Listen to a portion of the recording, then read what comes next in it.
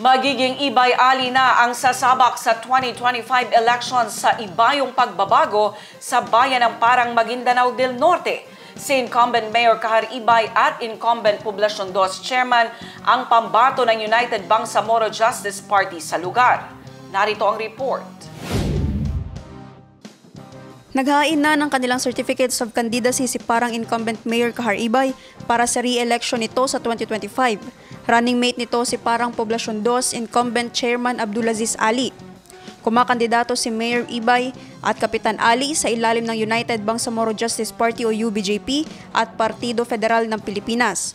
Sa hanay ng mga konsehal, kasama sa kanilang lineup sina Abdul Rahman Ganduan, Noraina Ito, Norhaina Dikay, Zakaria Kasim, Cyril Saavedra Mayo, Princess Margan Fernandez, Habib Kudos Shaifula, Talib Abu III.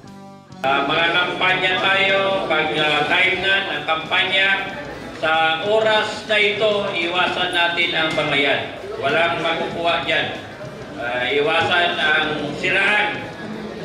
Huwag tayo magsiraan kasi hindi natin alam na sa mga susunod pa ay magiging kaibigan din natin sila.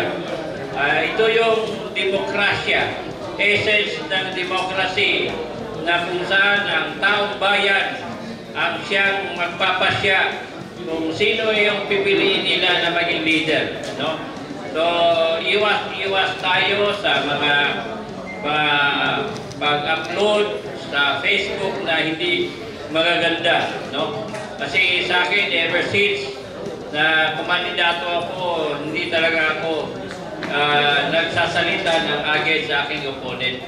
Kasi babalik yun sa atin. Mas maganda, sabihin mo kung ano yung kakayahan mo, ano yung plano mo, ano yung vision nyo para sa ikabubuti ng ating minamahal na munisipyo ng Parang.